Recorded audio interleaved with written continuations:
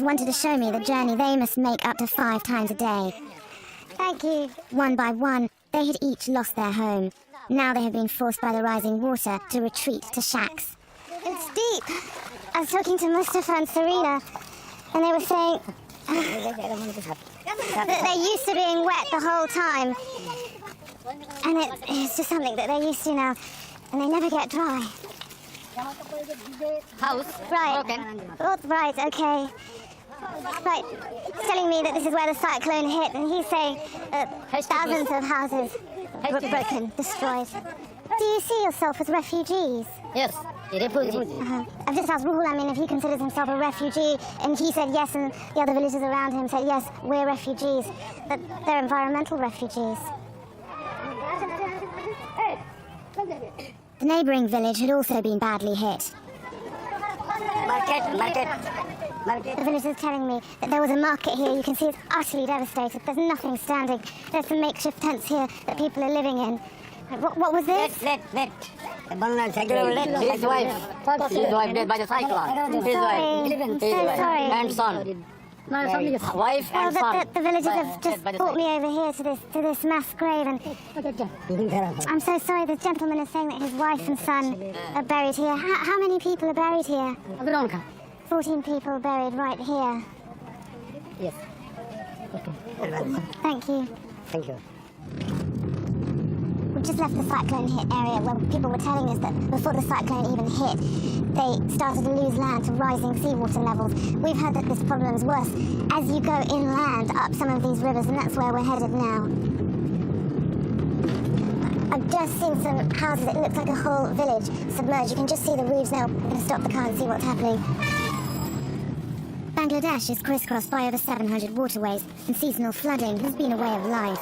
But now, the severe floods that used to happen every 20 years happen nearly every 5, and the rivers are being clogged up with mud. Look, right there. 1, 2, 3, 4, 5, 6. Well, it looks like a whole village underwater. Right, there's a gentleman there pointing over. Hello, assalamu alaikum. You were pointing over there. We're looking at those houses there. He told us his name was Raj Saul and said one of the houses underwater was his. He wanted to show us. Oh, here's the river. And you can see how close it is. Look to the houses. Look, and these children are wading behind us. Okay? This is your house. And it's totally destroyed. There's just nothing left. When has this area started flooding like this? Has it always been like this? Raj Saul told us that monsoon flooding has always happened, but flooding during the dry season has only been happening for the past 5 years. If this whole village is underwater, how do you live? Raj Saul said his house is now underwater for more than half the year, so he's been forced to move. Nearly all the 200 families who had lived in the village have fled up onto the roadside. We've come back up to the top of the road, and Raj Saul is now going to show us where he's living now, all along the side of where the villagers have moved to, been forced to move to, and their shacks. So this is Raj Saul's house. Right, very small. How do you feel about spending the rest of your life here and never moving back to dry land into a permanent home?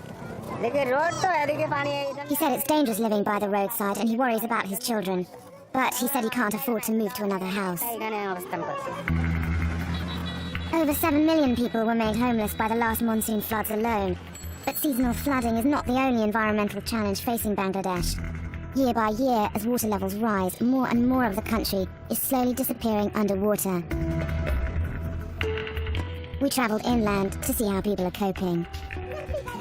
We're on our way on this road to visit a village, but we can't go any further. The car can't go any further because there's flooding, and where there should be road, there's just water.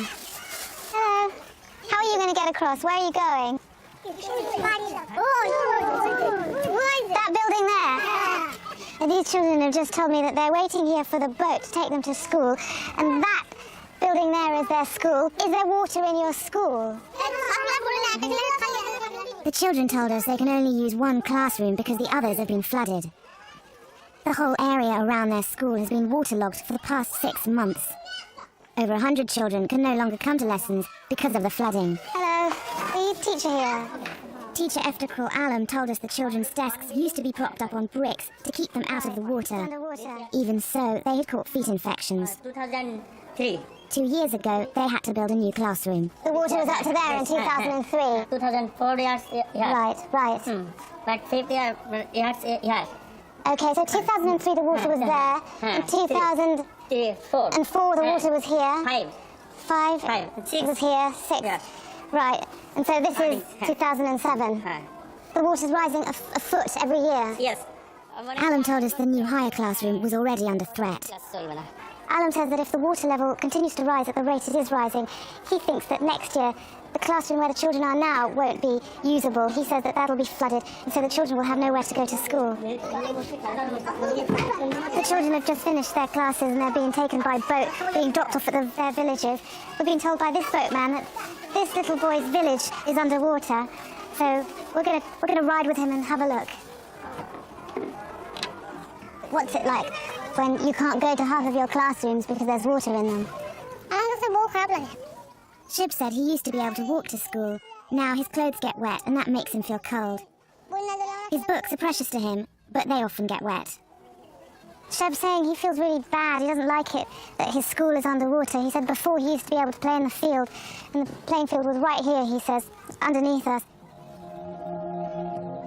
This whole area is flooded 9 months every year. But instead of leaving their homes, the people of Raripara village have decided to adapt to their new water world. They rebuilt their village on stilts. The whole village is surrounded by water. It actually looks like it's floating on the water. But you can see there's a bamboo walkway, and the whole village is on stilts.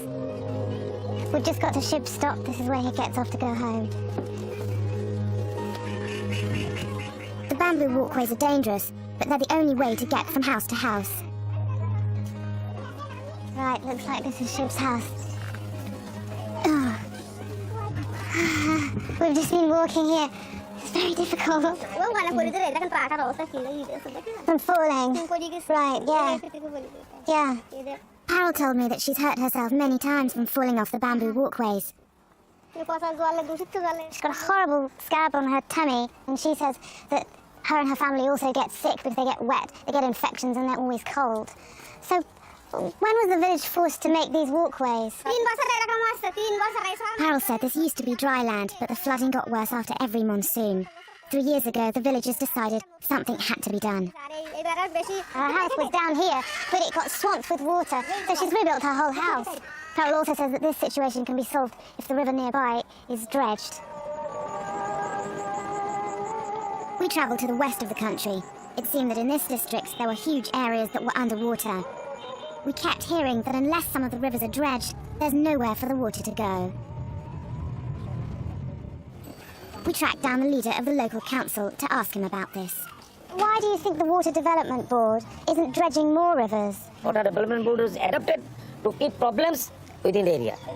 They want to keep problems in the area. Exactly. Why do they want problems in the area? Because to get much more money, government money, Water Development Board misuse this huge amount of money through corruption in various ways. What ways? This ways like this. They make the project 3 times, 200 times the original need. And you're saying that they'll take a big amount of money for a job and spend a small amount on the job. Okay, and they pocket the rest of the money. Yeah. We asked the country's Water Development Board about these allegations.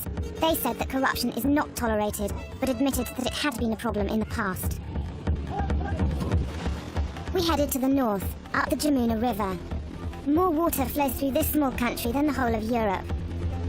Most of it runs down from the Himalayas, but the increased melting of the Himalayan glaciers means the rivers have to carry more water than ever. When you're travelling through the country by boat, you see hundreds of these mud islands called chars. They're made out of washed up sand and silt. There's no infrastructure on them. They're only temporary. Some of them only last a couple of years because they get eroded away, which is why only the poorest of the poor live on them.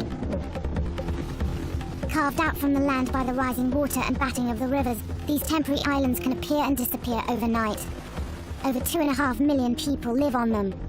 We heard that people living on Bhatia Char had to flee when part of it was eroded away by the river. This is the char that people have been telling us has been collapsing, and you can see all along here, big chunks have come away, and the man steering our boat has just told us that there were houses all along this riverbank, and people have had to move either further inland or just find another char. Salam alaikum. I've heard that people were living all along the riverbank here, and the land's just collapsed, and you can actually see it from the boat. What's happened here? This gentleman saying that people lost their houses who were living on this riverbank here. He said they just fell into the water, the land collapsed, and they were forced further inland. How many times in your lives have you had to move because a char disappears?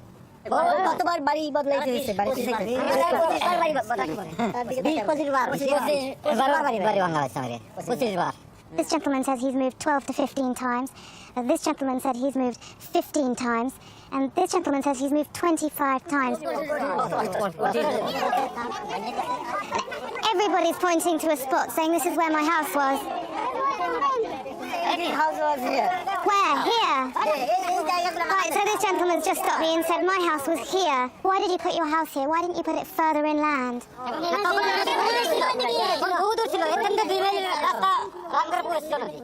Everybody started shouting, and they were shouting, no, when we built our houses here, this river didn't exist.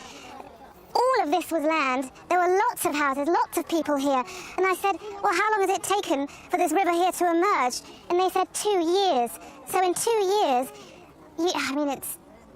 it looks really far away. In 2 years, this river has just eaten up all of this land. The people on Batia Char had told me that some who had lost their houses had given up life on the Char and fled to the mainland. I can see corrugated iron shacks along the roadside, but they seem quite established. These people only fled the Char about 3 months ago. We found a slum behind the road. Over 500 people were living here. Nearly all of them had come from Chars. Are you from Batia Char? These ladies are saying that they're from Batia Char, where we've just been. I'm being led away. This lady's been pointing. This is Anu, and Anu's just going to show me where she lives now. How did you make this? Where did you get the material from to make this house? Anu said she got help from people nearby. Are your living conditions here worse? Would you rather be living on the Char? Anu told us her life on the Char had been better. At least there she had cattle and could grow vegetables. She says that here she's living a hand-to-mouth existence. Why didn't you, like the other people on the Char, move your house further back? Why did you come to the mainland? Anu said she had wanted to stay, but she couldn't find a plot of land to claim as her own. She said the others managed to get land, but she didn't manage to. Anu told us there had been a scramble for land. She even tried to find space on other Chars, but everywhere was taken. And people on that Char wouldn't let her take a plot of land. They claimed it for themselves. She said you have to fight if you want to live on a Char. If you're too weak or you don't want to fight, you end up in a slum. What happens when there are fights over land? Does anybody get hurt? Does anybody ever get killed? Anu said fighting over land on Chars is common. She even knew of people who had been murdered. We heard a man had been killed only recently on a nearby Char. A victim, it appeared, of a fight for a small parcel of land left by the rising waters. We found the dead man's brother, Tefasal Pramanik. He told us his brother was killed when he got involved in a land dispute. Tefasal just told me that he was actually there when his brother was killed. And he tried to save his brother, but he also got hit. What exactly happened? Can you tell me what happened? Tefasal said his brother had tried to mediate between two families who were arguing over a plot of land. He was beaten on the head for siding with one of the families. Tefasal tried to save his brother, but they also hit him on the head with a stick. Tefasal, what then happened to your brother? What did you do? He told me he took his brother to a hospital on the mainland, but he died the next day. Tefasal said his mother, Manwara, has wanted to leave the Char since her son was killed, but they can't afford to live on the mainland. Manwara, how can a dispute over some land end up in a death, end up in a killing?